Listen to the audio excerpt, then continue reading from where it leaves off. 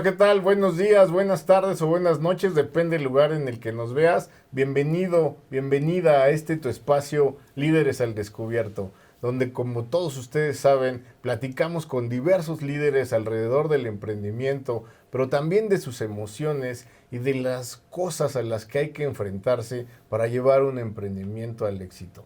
Esta vez tenemos un invitado de lujo. Él es Javier Porras.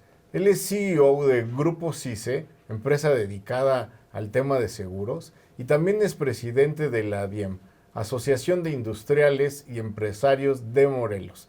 Pero, ¿por qué no mejor dejar que él se presente a partir de su historia de vida? Cuéntanos, por favor, bienvenido, Javier.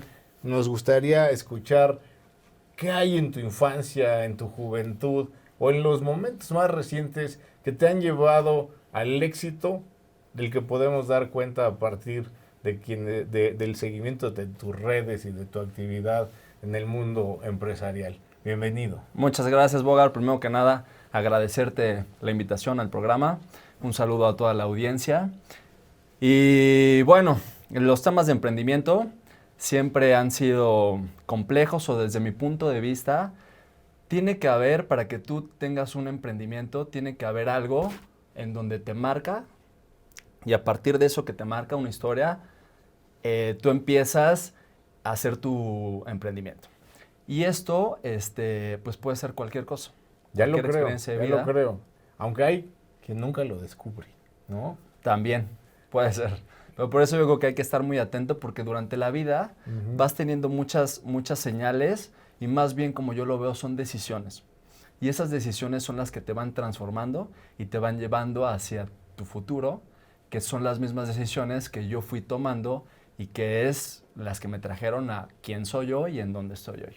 Qué padre, porque esto nos llevaría justo a una posible verdad, que es que el emprendimiento no es una casualidad, sino es una serie, como bien lo decías, de decisiones, de pasos y de a veces enfrentar diversos obstáculos y superarlos, ¿no? Cuéntanos. Correcto. Entonces, ¿cómo es que llegas a la industria de los seguros, ahora también a doble papel de estar presidiendo la DIEM? ¿Cuál es en tus inicios allá en la prepa, en la secundaria? ¿Ya emprendías? ¿De tu familia viene alguna semilla de este tipo? Cuéntanos, por favor. Pues yo creo que también es pues el transcurso de toda tu vida. Por ejemplo, si yo me voy justo antes de dedicarme al tema de seguros y me voy un poco más, yo creo que todo empieza cuando yo tengo 14 años. Desde los 13, 14 años a mí me gustaba, o lo que siempre me ha gustado y apasionado es crear. Okay. Y desde esa edad a mí me gustaba hacer cosas y me gustaba trabajar. De hecho, a esa edad yo acompañaba mucho, mi papá era gerente de unas tiendas de Telcel en Veracruz, y a mí me encantaba ir a trabajar ahí, ayudarle, o a estar despachando o lo que fuera. Siempre me gustó trabajar ahí y creo que algo de lo que empieza a marcar mi vida también es que a los 15, cuando yo tenía 15 años, mi papá deja de trabajar ahí, pierde el trabajo y nos regresamos a vivir a Cuernavaca. Para esto yo vivía en Veracruz. Regresamos a vivir a Cuernavaca y yo me doy cuenta en ese momento que pues yo tenía necesidades. Claro, básicas de 15 años, de querer ir al cine o hacer algo, o salir con tus amigos. Las rosas de la novia. Las rosas de la novia o algo así. Y también me di cuenta que no era responsabilidad de mis papás, tampoco. Sí. Porque iban a ser gustos míos. Y a partir de ahí decidí yo empezar a hacer emprendimientos. O sea, esta hambre por tener tu propio dinero. Exacto. ¿No? Y ahí a mí siempre me ha gustado mucho el sonido, la música. Y lo que empecé a hacer a los 15 años, empecé a hacer bocinas. Entonces en Cuernavaca hay una calle que se llama Tepetates, pero ahí antes eran bocinas, vendían todo de electrónica y bocinas. Y ahí yo iba, compraba los cables, compraba los conos, hacía las bocinas, compraba la madera, tenía caladoras y todo para cortar la madera y hacer las bocinas y las empezaba a vender, a rifar o como se dejaran. Wow, o sea, no solo un creador, sino también un doer, ¿no? Sí, pues hay que hacer todo, porque si no, ¿quién las iba a vender? Pues sí. Y posteriormente a eso, empecé a tener muchos otros emprendimientos. A los 16, 17 años, empecé a poner locales pequeños en el centro de Cuernavaca llegué a poner tacos de canasta, llegué a poner tiendas de bolsas para mujeres, llegué a vender trajes o chamarras de piel para hombres, llegué a poner también una estética, más que una estética era como un alaciado express, que se ponía de moda en ese entonces. Bueno, eso llena cantidad de emprendimientos, que lo que fui aprendiendo, lo que puedo ver desde ahora, que en ese momento yo lo sufría mucho, porque muchos lo cerré, más bien, ninguno de esos hoy existe. ¿Y de qué dependía? Pues de la experiencia. Si yo tenía 16, 17 años, no tenía el capital para estar aguantando sueldos, nóminas, rentas, agua, luz, servicios, todo. Y 2, no tenía tampoco la experiencia para poder llevar esos negocios al éxito. ¿No? Lo que sí me dejaron es justo este aprendizaje. Muy bien. Si no funciona el negocio, bueno, hay que cerrarlo y puedes continuar. No nos podemos atorar. ¿Estás de acuerdo? Sí. Y lo que decidí también ahí a la par, porque me di cuenta que los negocios no funcionaban tanto, me metí a trabajar. Por eso yo creo mucho y ahí nadie debe estar peleado, y siempre yo lo digo, es que mientras tú emprendes puedes seguir trabajando. Claro. El trabajo te va a dar la estabilidad necesaria que necesitas emocionalmente y económicamente, para que puedas mínimo tener tus gastos básicos resueltos. Y tu emprendimiento lo vayas trabajando, porque las curvas de los emprendimientos pues son largas. Claro. Primero la experiencia y todo. Sensacional lo que acabas de decir. Y ya a esta temprano momento de la entrevista detecto varios conceptos en los que creo que nos puedes ayudar, porque a mí me gustaría que hombres y mujeres que nos están escuchando y viendo puedan tener mucho más de estas consideraciones partiendo de una persona que ha emprendido todo lo que ahora nos decías. Y una primera pregunta tiene que ver con si tú crees que en la vida es indispensable saber vender. Y esto que parecería tan simple, quiero decirte que no lo es tanto, porque hay un miedo a realizarlo. Y tú acá, sin empacho, como debe de ser, amigas y amigos, nos hablas de tacos de canasta, de hacer bocinas, y parecería que hoy en día el emprendimiento como que está ligado a hacer algo como Facebook, algo como Airbnb. Cuéntanos un poco alrededor de eso. ¿Qué le dirías a esos jóvenes o incluso niños respecto a este tabú de la venta? De la venta. Es algo muy importante y como bien lo mencionas, sí es algo que cuesta trabajo y también más en la cultura mexicana. ¿Por qué? Porque el concepto del vendedor en México está menospreciado. Pero si tú lo ves desde un concepto empresarial, si no existieran vendedores, no existirían empresas porque son quienes traen los recursos. Claro. Entonces, más bien debería revalorizarse ese concepto. Ahora bien, cuando yo empezaba, no es que yo fuera el mejor en ventas, ni que no me diera pena. Pero más bien mi enfoque era mucho más grande, mi visión hacia dónde quería ir o qué es lo que quería, que la pena.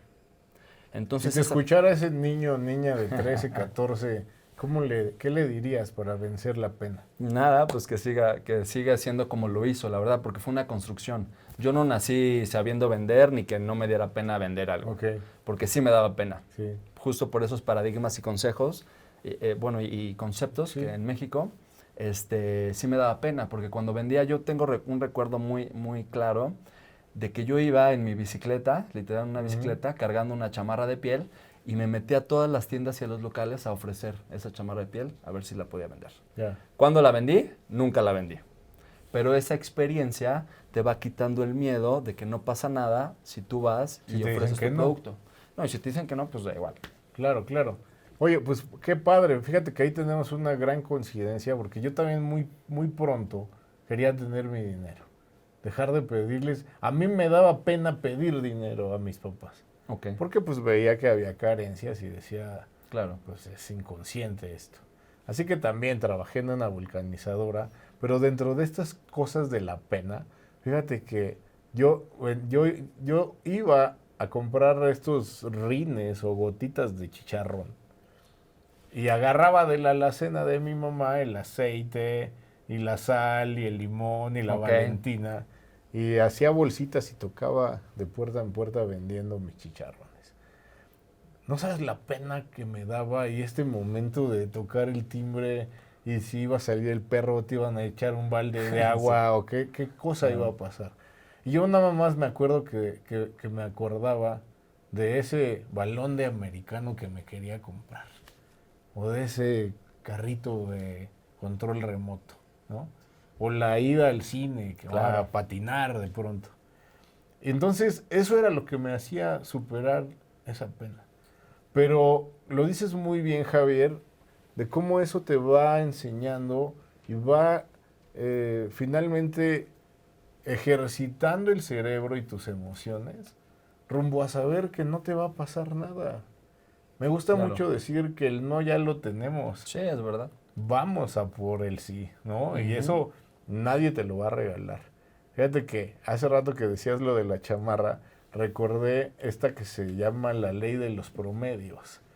La ley de los promedios dice que si tú tienes que vender esa chamarra y tocar a 100 puertas, resulta que en esas 100 puertas hay por lo menos 2 que están deseando esa chamarra.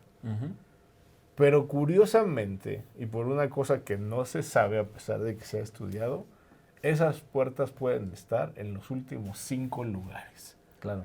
Y entonces, ¿qué pasa? Pues que te rindes en la 10, 15, 90 y estabas a 5 de encontrar al que a lo mejor no solo quería esa, quería más. Claro. ¿No? Entonces, también ese es otro consejo que yo dejaría plasmado a los internautas para que lo recuerden y sepan que eso ocurre, ¿eh? No es privativo de solo alguna rama. Por favor, continúa. Bueno, y de la experiencia, por ejemplo, ahí de esos emprendimientos, cuando decido también trabajar para mantener esa estabilidad emocional, que es muy importante, y económica también, es cuando entro a trabajar a un antro. Ok, ya me habían platicado de eso y te lo iba a comentar. Y fíjate que eso me da pie a esa otra cosa que te quería decir. Dijiste, mientras emprendes, tener un trabajo. O viceversa, ¿no? Claro. También puede ser que tengas un trabajo fijo, del payroll, que sabes te va a estar cayendo dinero periódicamente y que te permite ahorrar y poder emprender. Cuéntanos allí, entras a un antro y sigues con qué y cómo también esas experiencias que quizá en ese momento pudieron no haber estado conectadas, cómo después contribuyen a lo que hoy eres. Claro, yo creo que todo siempre estuvo conectado. Yo me acuerdo que entré a trabajar al antro porque también el tema del sonido y las bocinas, y ir al antro me encantaba también el sonido y equipo que ellos tenían. Okay. Y veo la oportunidad de empezar como RP.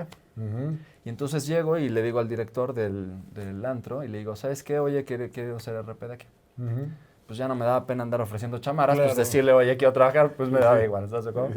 Le dije y me dijo, me gusta mucho tu persona, claro que sí, ve con tal persona, que era el gerente en ese momento. Fui, me presenté y me contrataron. Y en ese proceso, algo muy interesante también, y yo creo que es súper importante, es que yo no tomaba. Okay. ¿Y cómo le pagan? O en ese entonces, en ese antro, le pagaban a los RP, ¿sabes cómo? Con alcohol. Órale. Entonces tú podías ir al antro, llevabas gente y tu beneficio era que no pagabas la cuenta. Okay. Pero yo no tomaba. Yeah. Entonces ese beneficio no lo tenía, pero mi visión sí estaba más allá otra vez. Okay. En donde yo veía que el que era mi jefe, pues ya le pagaban. Sí. El que era el jefe de mi jefe, también ya le pagaban, y toda la operación, gerentes, capitanes de meseros, ya les pagaban y no les iba nada mal, les iba bastante bien. Entonces yo decido, en ese momento, pues tener esa curva, aunque no tuviera ingreso, hasta que llegara el momento en que fuera mi oportunidad. Ok. ¿Vale? Entonces continúo trabajando, a los 6 meses se va el que era mi jefe. O sea, 6 meses no te pagaron. 6 meses no me pagaron. Ok, bien. Se va el que era mi jefe y me ofertan, a pesar de que yo entré ahí antes de los 18 años. Bien. Bueno, a los 18. A los 18. Es en otro país. Sí, en otro país. No hemos dicho dónde. No, ya está cerrado. Entonces a los 18 y a los 6 meses me ofrecen como gerente de relaciones públicas, a pesar de que por la edad también pues estaba algo chico. Agarro la gerencia de relaciones públicas y empiezo a ver todo el tema de RPs y todo. A los siguientes 6 meses o 8 meses posteriores se va uno de los capitanes de meseros. Entonces me ofertan yo tenía ya 19 y cacho, me ofertan ser capitán de meseros, y ahí también yo me enfrento a una experiencia, porque trabajar con meseros también es algo complicado. Claro. Y más que yo tenía 19 años y ellos tenían 40, 50 años. Y decían, pues, ¿qué me va a venir a decir este chavito de 19 años de qué tengo que hacer? Además, ¿tenías alguna práctica en el oficio? No, ninguna. Entonces, ya me imagino todos esos lobos diciendo, Claro. ¿cómo vamos a reconocer a este escuincle que ahora va a ser el capitán, ¿no? Exacto, entonces ya ahí tuve una curva, como cualquier emprendimiento que es aprendizaje, en donde pues, no sé, me costó 2, 3 meses explorar cuál era la mejor forma de trabajar con ellos. Digo, al final tuvimos una muy buena colaboración porque cada quien hace lo que requiere. Por ejemplo, yo lo que veo muy importante ahí en ellos era yo buscaba que dieran un buen servicio. Ellos lo daban porque era parte de su trabajo. Pero ¿en dónde los apoyaba yo? Cuando alguien no quería dejarles propina, venían conmigo y yo les ayudaba para que sí les dejaran propina en la cuenta. Entonces yo ahí lo que descubrí es que si cada uno tiene su función, todos los procesos son mucho mejores. Posteriormente a eso... Bueno, administración de personal, sí, ¿no? administración de personal. Sí, manejo de personal. ¿Cómo hacer que las distintas características y caracteres de los seres humanos coincidan en un solo propósito, ¿no? Claro. ¿Ahí tienes alguna anécdota que se te hubiera presentado y resolviste positivamente? Incluso conflictos entre ellos o contigo o algo así. Pues los conflictos eran conmigo más bien. Yo creo que los más importantes, y me acuerdo mucho de un mesero que tenía 68 años, que era con el que tenía más problema y fue el que me costó más trabajo mediar. ¿No? Hasta que llegamos a un punto en el cual nos dimos cuenta que el beneficio era mutuo. Si el trabajo era para los dos. Claro. ¿Estás de acuerdo? Entonces, empezar a también repartir las mesas conforme iban llegando y conforme a las zonas de los meseros. Claro. No todas concentrarlas a un mesero, a una zona, a un lugar, sino ir mediando, digamos, la distribución para que todos pudieran tener cuentas y todos pudieran recibir propinas. A la hora que tú ya haces algo por los demás, pues los demás les empieza a cambiar esa percepción de ti o ese conflicto y entonces comienzan a apoyarte. Claro. Pues ahí importante para tú, joven, hombre, mujer, me parece que en México hay mucho ese problema de que la gente mayor te mira con desconfianza o incluso sin respeto solamente por la edad. Y a mí me parece que el tema no es la edad, sino el conocimiento, la experiencia y los modos con los que puedas acercarte a poder administrar a este tipo de personas. Siempre hay una buena salida. Generalmente no es la del conflicto, sino la convivencia y la mediación. Síguenos contando para llegar a los seguros. Bueno, y entonces ya seguí trabajando muy bien ahí. Lo siguiente que me ofertan es, abren otro antro, se divide el personal y a mí me hacen subgerente de este antro. Y los procesos ahí que aprendo mucho sobre temas administrativos, sobre un antro, que son muy complejos. Porque te enfrentas contra muchas mermas, mucho robo, pues mucha rotación de personal, porque en meseros existe mucha rotación de personal. O sea, procesos basados en la desconfianza. Sí, en la desconfianza, clausuras, que te clausura el gobierno, bueno, cientos de cosas, pero ahí aprendí también muchos temas de administración, teníamos que hacer cortes de caja, teníamos que revisar también el almacén, que el jefe de barra viera el almacén, que subiera el stock. Bueno, son muchos procesos que a pesar de que sea un antro, creo que sí te enseñan sobre la operación de un giro de negocio. Pero además se combinaba con tus estudios. Además, claro. ¿No? Sí, correcto. La ventaja de ese trabajo es que yo solo pues, trabajaba viernes y sábado. Entonces el resto de la semana estaba enfocado en estudiar y ver qué emprendimiento iba a hacer con lo que ya estaba ahorrando porque ya estaba ganando dinero. O sea, tu meta no era ser el dueño de un... Alguna vez lo pensé. ¿Alguna vez lo pensaste? Y abrí uno también. Ok. No obstante, no abandonabas uno o varios esfuerzos para ellos. Claro. Sí. Más bien se deben de combinar. Okay. Los estudios, por un lado, que te dan toda la formación que requieres. El emprendimiento para ir explorando también a qué me iba a dedicar. Porque algo que yo tenía claro es que no iba a estar toda la vida trabajando en un antro, porque no era lo que yo buscaba. Claro. Entonces, siempre lo combiné y fui invirtiendo el dinero. Fui ahorrando e invertía, y me enfrenté hasta a fraudes. Ok. Me hicieron un fraude, yo tenía ahorrado, no mucho, tenía ahorrado como 200,000 pesos y me invitan a hacer un negocio en la Fórmula 1. Ok. No, perdón, no Fórmula 1, NASCAR. en NASCAR. Y entonces me voy a Puebla y el negocio era rentarlo partes de los espectaculares y de los anuncios y Para las subarrendarlos. compañías. Sí, Ok. subarrendarlos Ok. y ganar una diferencia. El tema con el que me asocié, pues es que no era real eso. Ok. No Más- tenía el permiso. No, pues al último yo le daba el dinero a él, pero él lo usó para otras cosas, No me digas. no para rentar eso. Y ahí también tuve un aprendizaje porque creo que, ese conflicto lo dejé atrás y creo que es lo que me dejó avanzar. ¿Qué emociones te generó ese? Uy, no, en ese momento terrible. Ves todo negro. No, imagínate. Ya dices, no sirvo. ¿Y cómo superarlo? Terrible. La verdad es que terrible. Yo tenía la esperanza en ese momento de que sí me pagara, porque además él me seguía marcando. O sea, creo que el año pasado, antepasado, me siguió marcando. ¿Cómo crees? Ya no le contesto, pero él dice que sí me va a pagar. Pero bueno, No. eso tiene ya 15 años, creo. Pues sí. Pero lo que me di cuenta ahí es que eso me robaba también demasiada energía. Claro. Estar pensando en cómo me va a pagar, en la deuda, en todo, o sea, me Te detenía, ¿no? Era Y un por eso yo plomo en decidí, los ¿sabes pies. qué? Adiós. Siguiente página. Seguimos avanzando. Y renuncio a American Express. Renuncio al antro. Renuncio al antro. Y digo, ¿sabes qué? Pues ya no quiero esto porque no es lo que quiero. Ujú. Y empiezo a buscar trabajo sobre mi carrera. Ok. Yo estudié marketing Sí.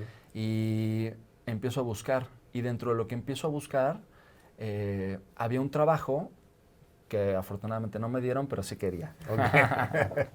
En ese momento vi una de las vacantes que había, era en FEMSA, Ok. cuando estaba el crecimiento de Oxxo. Ya. Y ahí buscaban a una persona de marketing para la distribución, anuncios de los Oxxos, literal, de Ujú. promociones de los hot dogs y todo Sí, eso. sí, el 2x1 en Todo. tal y tal. Todo. Y yo quería mucho ese trabajo y fueron 5 entrevistas. Ok. De esas 5 entrevistas pasé solo 4. Bien. ¿Por qué no pasé a la quinta? Porque no estaba titulado aún. Mm. ¿Vale? Entonces eso a mí me decepcionó mucho, la verdad, y me dolió. A la siguiente semana me habla la que me estaba buscando trabajo, la reclutadora, y me dice, oye, hay un puesto en American Express, pero no es de marketing, es de ventas. Y yo en ese momento dije, pues lo que sea. Y después me meto al área de marketing. Ya. ¿Vale? Claro, claro. Y aquí viene una parte también importante en mi vida porque llego a esta empresa que es transnacional, con procesos súper estandarizados. Es y un todo. muy buen lugar para aprender, ¿no? Sí, correcto. Y el que era mi jefe en ese entonces, yo le dije, oye, yo entro aquí, sí vendo, pero quiero moverme a marketing. Y él me dijo, ok, entras aquí, cumples las cuotas por 6 meses y en 6 meses te presento a los directivos de marketing para que te vayas. Pero cuando ganes lo que vas a ganar en ventas, no te vas a querer ir a ningún lugar. Ok. Y yo dije, sí, lo que quieras. Y me metí. Me metí y ahí también me enfrenté con algo que retomamos otra vez el tema de la pena. Sí, ¿Por sí. qué?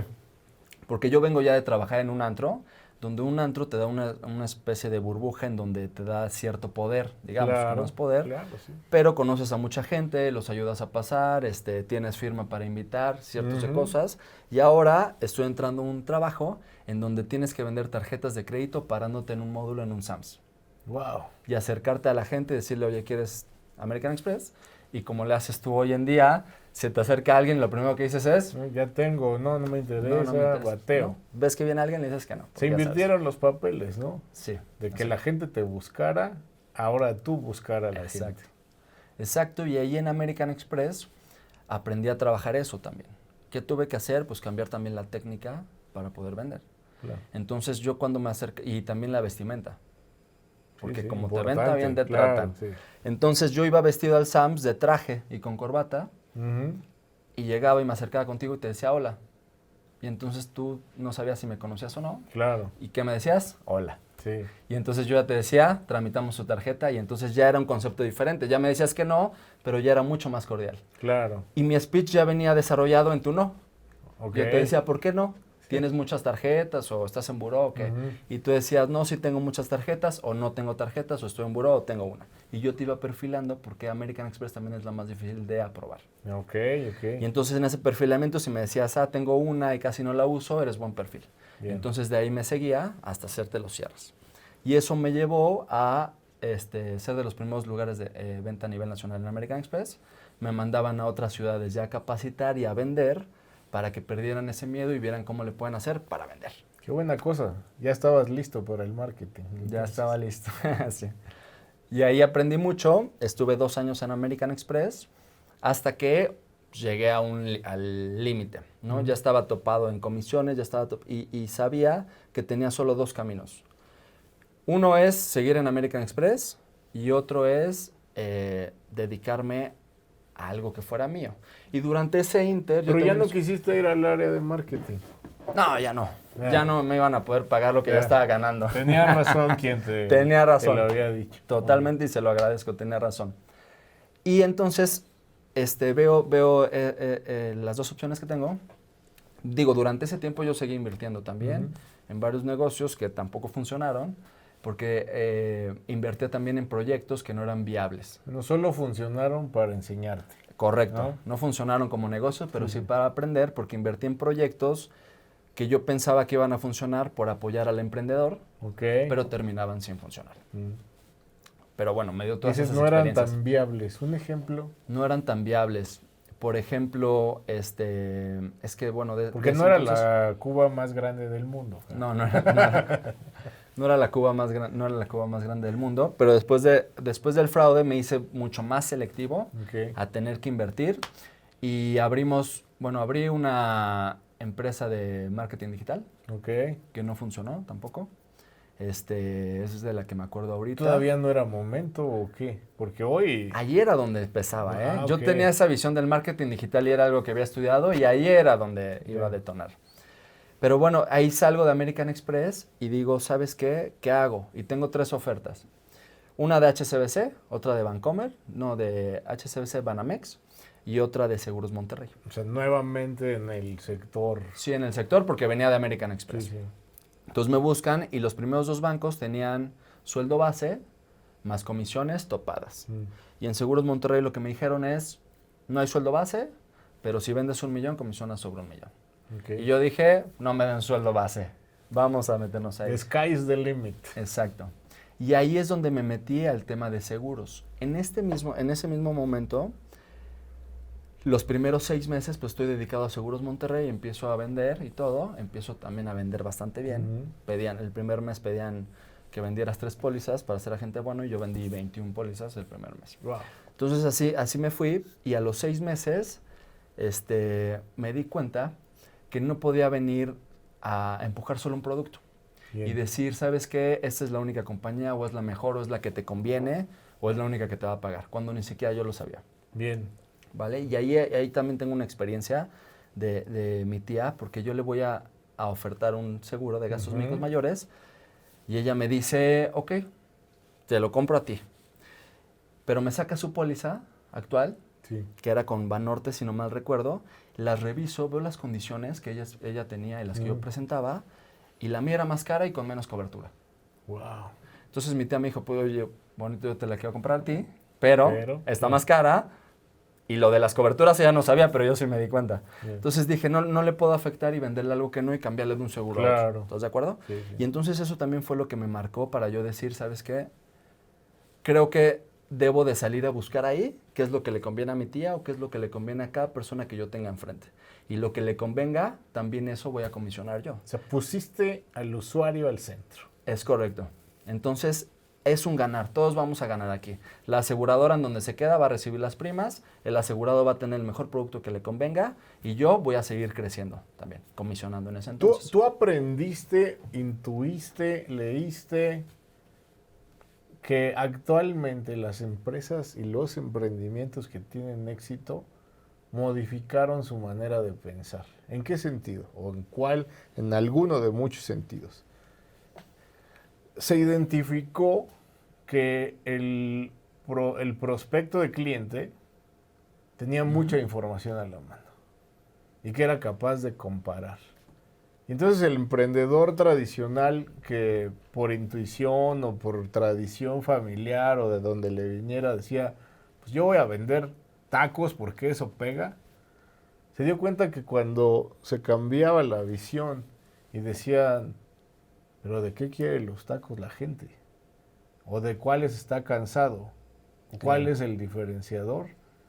Y entonces puso ya no su voluntad, no se asumió él como el usuario, sino que identificó plenamente a su usuario, modificó el actuar del mundo. ¿Lo sabías eso o es No. una casualidad o...? Yo creo que lo intuí en ese momento porque fue lo que... Ahí yo no tenía tiempo de leer nada. Ya. Porque me la pasaba trabajando. Yo ya empecé a trabajar sobre el esquema que ya tenía en American Express y trabajaba, o sea, llegaba a la oficina a 9 de la mañana y terminaba a 9 o 10 de la noche, todos los días. Y algo que también pasó ahí también súper importante, que creo que lo deben de saber, es que cuando yo dejo de trabajar en American Express, siendo de los mejores vendedores a nivel nacional, mi ingreso era muy bueno. Okay. Cuando empiezo otra vez de cero en Seguros Monterrey, tenía 0 ingresos. ¿Qué tuve que hacer también para sobrellevarlo? Vendí el coche que tenía, vendí la moto que tenía y me gasté todos los ahorros que tenía. Y entonces empecé de cero otra vez. Es como cuando dejé el antro y empecé de cero, buscando hasta que llegué a American Express. Dejo American Express y empiezo otra vez de cero. Y eso cuesta mucho trabajo, pero creo que vale la pena. Y entonces... ¿Cómo detectabas que tenías que quemar las naves, por llamarle de algún modo, y volver a empezar? Pues es que no era que yo detectara, era de que necesitaba pagar cosas, era de que tenía responsabilidades que tenía que cumplir, más allá de que si yo quería seguir con el coche que tenía o seguir con la moto que tenía. Entonces esos compromisos me hicieron pues venderlo y mal venderlo para poder cumplir esos compromisos. Ok. Y de ahí, bueno, me salgo de Seguros Monterrey y empiezo a explorar otras aseguradoras como RCA, que hoy es Sura, por ejemplo, como Qualitas para vender autos, y empiezo a ver otras opciones y de la mano, que esto es súper importante también, sigo con los emprendimientos, sigo con la empresa de marketing digital, abro un bar, porque era también lo que tenía la espinita. Sí, sí. Abro un bar, agarro una distribución de internet de fibra óptica que hoy es Total Play, antes se llamaba Enlace, para venderle a empresas. Bueno, y esos 3 emprendimientos más lo de seguros. Entonces yo ya llegaba a las empresas y ofertaba las 4 cosas. Claro. Porque yo quería venderle a empresas también, no solo individual. Y así estuve 6 meses. Hasta que me di cuenta que no podía... Lo que bien dicen es que el que mucho abarca, poco aprieta, y eso es real, ¿eh? Claro. Porque yo decía así, cuando vendía el servicio de marketing digital, usaba ese ingreso para aguantar en el bar. Y cuando era lo del bar, aguantaba para los seguros. Si era así, yo era un problema, porque entonces de lo que también me marcó es que para el tema de seguros ya me empezaban a citar en campos de golf a las 7 de la mañana, un sábado. ¿Y yo a qué hora cerraba el bar? 3:30, 4 de la mañana. Entonces duérmete 2 horas y ahora vete al tema de seguros, a un campo de golf, donde tienes que estar al 100 para poder explicar qué es lo que requiere el producto. No te da la vida, no te puedes multiplicar. Exacto. Y en efecto, pues empiezas a desconcentrarte y a mal atender todos los Todo. negocios, ¿no? Todo. Y entonces ahí va otra decisión y decido cerrar todo y quedarme solo en el tema de seguros. Y ahí nace CICE. Y ahí nace CICE. Wow. Exacto. Oye, y cuéntame, porque yo sé que tú diseñaste una app con la que le diste la vuelta a muchas cosas. Entre ellas, es una app que compara las pólizas, ¿no? Una cosa así, tú nos explicarás mejor. Pero además recuerdo perfecto que volviste casi a cualquier persona en un vendedor de seguros sin vulnerar la norma, ¿no? Correcto, sí. Cuéntanos de eso, que me parece súper creativo e innovador. Son muchos proyectos los que hoy tenemos abiertos, porque así como iba abriendo varias cosas, hoy mi foco fue a seguros, y en seguros pues somos multirramos y todas las líneas de negocio. Lo que me doy cuenta también, que creo que esto es algo importante, que yo cuando llego a asesorar, no es lo que yo también decida y decirte te conviene GNP o te conviene AXA o te conviene, no. Tenía que tener expertos con mucha más experiencia que yo para que ellos hicieran los comparativos de lo que más te convenía a ti. Y es ahí donde empiezo a contratar gente. O sea, tú ibas a cubrir las necesidades de una determinada persona. Correcto. No a tratar de meterlo en una póliza que quizá no era compatible con su necesidad. Exacto. Y eso nos llevó a una curva súper complicada de 2 años o 2 años y medio en donde yo no recibía ingreso porque todo era pagar nóminas, pagar renta, agua, luz, servicios. Todos esos especialistas. Todo. Y todos esos especialistas que también tenían un problema, porque como yo no podía pagar tanto, con que les ofrecían tantito más, se regresaban a México o se iban a la aseguradora. Entonces, mucha rotación, muchas cosas que tienes que resolver durante el emprendimiento. O sea, ganabas para los costos. Ganaba para los costos. Tengo una experiencia también que me acuerdo mucho, es una de las primeras que había contratado, que hoy no está conmigo, pero en ese momento su hija estaba embarazada y llega y me pide 5,000 pesos que requería para el doctor de ley. Sí, sí. Y yo ni siquiera tenía 5,000 pesos para mí, y menos para darle. Pero lo que me di cuenta ahí es que como empresarios tenemos esa responsabilidad y si estamos generando empleos, también es nuestra responsabilidad que ellos estén bien. Entonces yo pues, le dije que sí y me volteé y conseguí los 5,000 pesos y se los di. Que posteriormente ya no sé si me los pagó o no, pero bueno, yo creo que ahí ese es aprendizaje. Claro. Del compromiso que tenemos sobre la sociedad y sobre los empleos y nuestros trabajadores y colaboradores. Pero bueno, eso nos lleva a yo seguir agarrando aseguradoras, haciendo convenios. Hasta hoy que trabajamos con 35 aseguradoras y 7 afianzadoras, somos de las empresas que tienen más convenios a nivel nacional con aseguradoras. Muy bien. Y eso me llevó también a desarrollar muchas otras líneas de negocio. Como bien mencionas, hicimos un multicotizador para venta de seguro de auto, en el cual, además de que lo instalamos en lugares donde puedan vender seguros, estamos desarrollando una fuerza de ventas para que vendan a través de ese multicotizador y les pagamos el 100% de comisión como agentes de seguros. Entonces ahí resolvemos algunos temas legales y de capacidad de venta para algunos agentes de seguros que solo les permiten vender vida y gastos médicos, como yo cuando empecé en Seguros Monterrey, o ya pueden recomendar sobre nuestra misma plataforma. Porque en realidad él te está dando una asesoría sobre un app. Correcto. Sobre el multicotizador. Sobre el multicotizador. Pero quien cierra es la figura de un agente, quiero pensar, ¿no? Sí, quien cierra es quien te está asesorando. Ok. ¿No? En ese momento, y lo que hace el sistema es te muestra un comparativo y tú ves lo que más conviene. Es como si tú te metes ahorita en línea, Bancomer, Santander o donde quieras, compras tu seguro y tú escoges el que más te convenga. Bien. Pues esto es igual. Esto es igual y ellos empiezan a comisionar. Oye, pues entonces nada de que el emprendimiento hace que ganes para ti rápidamente. No, ¿no? nada. ¿Qué le dirías ahí a los jóvenes y todas las personas que están a punto de emprender? Para mí el emprendimiento es de alto riesgo y de mucha perseverancia. ¿Qué otros sacrificios implica ser emprendedor? No, sacrificios muchísimos. Además de no tener el ingreso, tienes que sacrificar muchas cosas personales o gustos, ¿no? Que yo hoy creo que son muy importantes también, pero tienes que sacrificar o salidas, o comidas, o ropa, o lo que quieras hacer, porque una, no tienes tiempo, y dos, no tienes el recurso para hacerlo. Entonces esos sacrificios son los que te van formando. Yo lo que les recomendaría también, que siempre me gusta recomendar, es que su visión empiece por el final también. Ok, ¿dónde me veo? ¿En dónde? ¿Dónde quiero estar? Ok. Y a partir de dónde quiero estar, me regrese los pasos necesarios para ir construyendo. Es decir, si yo quiero tener, no sé, un hospital, bueno, para tener un hospital, pues tienes que tener personal, tienes que tener las autorizaciones, tienes que tener contratos, tienes que tener lugar y todo eso. Entonces todo eso lo vas recorriendo hasta el punto en donde estás hoy. Claro. Que tienes que ¿Qué hago saber en el siguiente minuto para llegar allá? Exacto. Fíjate que nuestra entrevistada anterior, Francisca Vargas, ya está ahí en redes, búsquenla, encontrábamos ese común denominador. O sea, los emprendedores que hacen una buena planeación y que en efecto imaginan dónde se quieren ver, eso que los estadounidenses llaman el moonshot, ¿no? A mí me gusta llamarle mi propio yo en la luna. ¿Qué tiene que hacer para llegar a ese momento? Y allí recomendaba también en aquella ocasión este libro que se llama One Thing. Ok. que lo que hace es justamente ayudarte a hacer toda una planeación.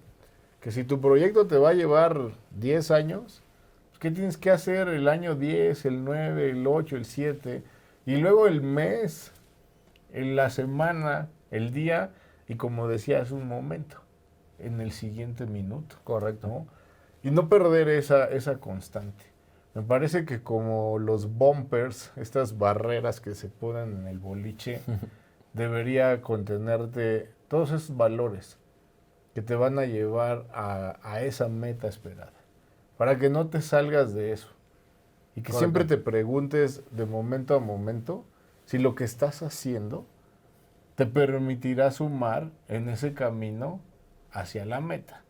Porque es bien fácil, dicen en mi pueblo, irte al monte, ¿no? Y de repente ya estás estás en la siguiente pista. Pero si ibas para acá. Claro. No digo que no, si en el camino descubres que no era y que no te apasiona y ya no le quieres apostar, pues sí es válido pivotar. Pero si estás seguro, hay que tener mucha concentración en esa parte. Platícanos de los productos que has desarrollado. Recuerdo habernos reunido apenas aparecido el COVID y que me platicabas cómo habías desde el grupo CICE creado pues, una figura de seguros para sumarte a toda esta necesidad y a la lucha para dominar este virus y sus efectos. Claro. Ahí partimos desde lo mismo, que para mí es tenemos que encontrar cuál es el producto que se te acomoda. Uh-huh. ¿Estás de acuerdo? Y sobre el mercado mexicano también, el problema que hay también es el nivel adquisitivo. Entonces, si tú quieres enfrentar una pandemia como el COVID, ¿qué es lo que te podrían recomendar? Una póliza de gastos médicos mayores. Okay. Pero hoy en México no mucha gente, o más bien la mayoría de la población no puede pagar una póliza de gastos médicos mayores porque valen mínimo de 12 mil pesos o 15 mil o 20 mil, dependiendo de edad, para arriba. Uh-huh. Y ahora bien, si tienes una familia y son 5, pues claro, ya, son mínimo 70, 80 o 100 mil pesos que el grueso de la población no lo puede pagar. Pero además la gente más expuesta, además, esa que no podía darse el lujo de quedarse en casa. Correcto. Porque o salías y tenías para comer o te quedabas y te morías de hambre, pues justamente no puede afrontar un gasto de un seguro de gastos médicos mayores, que sin duda es de los más deseables, claro, pero con esta dificultad. Exacto. Identificando eso, ¿qué hiciste? Desarrollé varios productos, no solo uno, varios. Pero ¿cuál era la diferencia de estos productos? Uno, que era el más básico y costaba 1,500 pesos al año. Okay. Por persona. Y eso lo que te daba era consulta primero por videollamada, especializada en COVID, para que no tuvieras que salir, ir a la consulta y contagiarte si es que no tenías. Uh-huh. Y también mucho para mitigar el pánico que tenía toda la gente sobre ya cualquier síntoma, creías que era COVID. Pero bueno. O sea, esto era como 105 pesos al mes. Correcto, como 105 pesos al mes. Tenías la consulta. Tenías una suma asegurada por fallecimiento, en caso de fallecimiento que era de 100 mil pesos para tus familiares y beneficiarios. Tenías también cubierto los gastos funerarios, también, sobre 50 mil pesos. Cuando dices tenías, ¿es porque ya no está ese producto o todavía? Sí está, pero ya no se comercializa tanto. Ah, ok. Bajo la urgencia. Bajo la urgencia. Bajo la urgencia y la cultura en México de prevención es muy poca, entonces dicen... Ya estamos en verde, no lo necesitamos. Claro, o hay otros gastos más prioritarios en ese momento. Correcto, ¿no? Exacto. Sí, además. Y entonces y además te dábamos 50 mil pesos por detección de COVID. Y esos 50 mil pesos, como yo lo veía, puede ser cualquier trabajador que se va al IMSS o al ISSSTE, en donde no va a pagar ninguna atención médica por COVID. Okay. Pero esos 50 mil pesos le van a servir a la esposa, al hijo, a la hija, al esposo, para el transporte de tener que ir a ver a su familiar. Y para subsistir mientras no trabajas, porque no trabaja, no va a tener ingreso. Entonces, 50 mil pesos, digo, en el mundo de los seguros, o cualquiera puede decir que no es mucho, pero en realidad para ese tipo de familias, claro que les ayuda mucho. Claro. ¿Estás de acuerdo? Porque estamos amparando 4 meses casi de salario. Entonces, por eso desarrollamos ese producto y que fuera a venta en línea. Entonces, instalamos un call center, una página web donde se estaba vendiendo y a través de eso se hacían las emisiones electrónicas para poder entregar y ampararlos desde el día 1 en que nos contrataron. ¿Lo calificas como un éxito? Lo califico como un éxito con más sobre experiencia, sí. Okay. Porque empezamos a incursionar también en temas de venta digital, que es muy diferente a la tradicional, súper digital. Bueno, estabas obligado, ¿no? Sí, ya estábamos obligados. Si algo catapultó la digitalización, fue un algo, no fue un alguien, ese virus travieso. Correcto, ¿verdad? correcto. Y entonces ese también fue curva de aprendizaje para nosotros, curva de inversión y todo, y de los procesos y de entrega y también para el perfil al que íbamos dirigido, también. O sea, son muchos aprendizajes. Y de ahí, pues seguían los demás productos en donde ya tenían mayores sumas aseguradas, hasta llegar a una póliza que fuera de gastos médicos mayores, que te cubriera hasta 1,5 millones de pesos, que es el promedio de las atenciones de COVID que se tenía cuando se volvían graves, y sin deducible.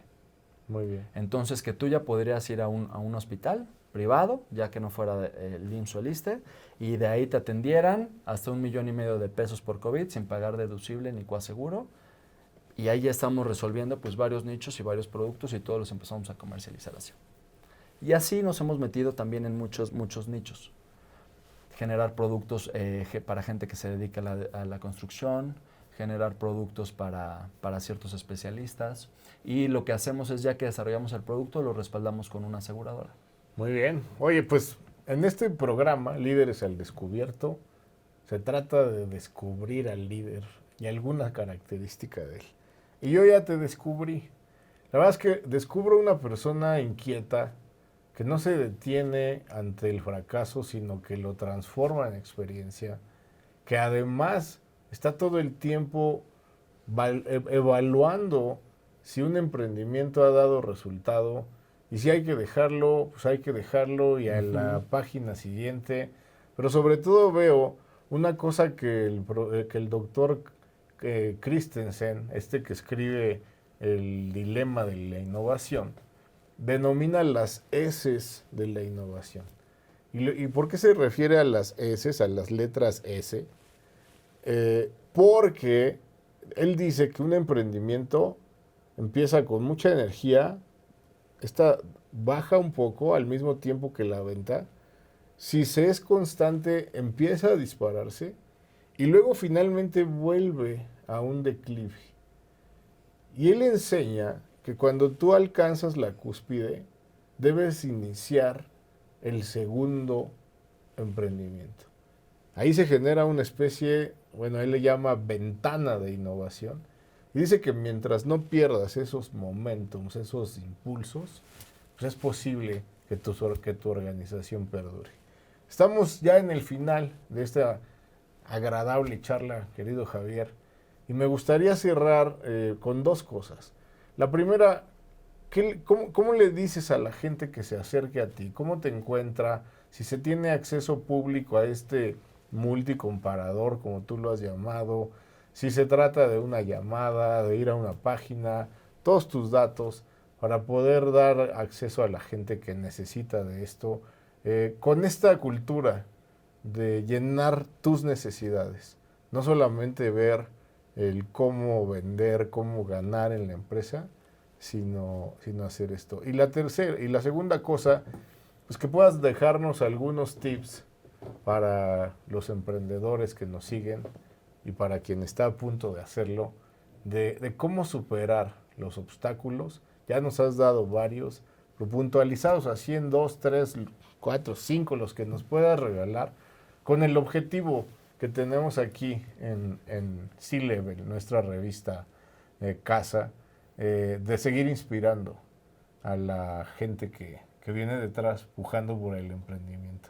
Por favor, Javier. Claro, pues siempre estamos abiertos. Nos pueden encontrar desde nuestra página web, que es www.gruposice.com. A través de nuestro 01800 también, que es 01800 177 384. Y detrás de esas vías, ahí tenemos en las páginas también en Instagram y eso, tenemos los contactos para vía WhatsApp, nos puedan contactar y los podamos asesorar, porque ya nuestro servicio se ha transformado desde, hacemos auditorías de pólizas, porque hay pólizas que están mal hechas o que se contraponen cláusulas. Esto ya más empresarial. Sí, mucho más empresarial, pero en el tema individual también se puede hacer en algunos casos sobre coberturas y condiciones que requieres tú específicamente para tu necesidad. Bien. Si estás embarazada y quieres una mejor cobertura, pues ver en dónde te conviene y con qué condiciones. Bien. Eso lo hacemos desde las auditorías, administración de riesgos, que eso sí ya es más empresarial, prevención de pérdidas, que es más empresarial, hasta atención en siniestros. Tenemos áreas especializadas en atención de siniestros. ¿Para qué? Vuelvo a repetir, en México no hay la cultura de seguros y tampoco somos expertos. O sea, el usuario, el asegurado no es experto en eso y muchas veces puede ingresar algo a la aseguradora que lo haga parecer una preexistencia aunque no lo sea.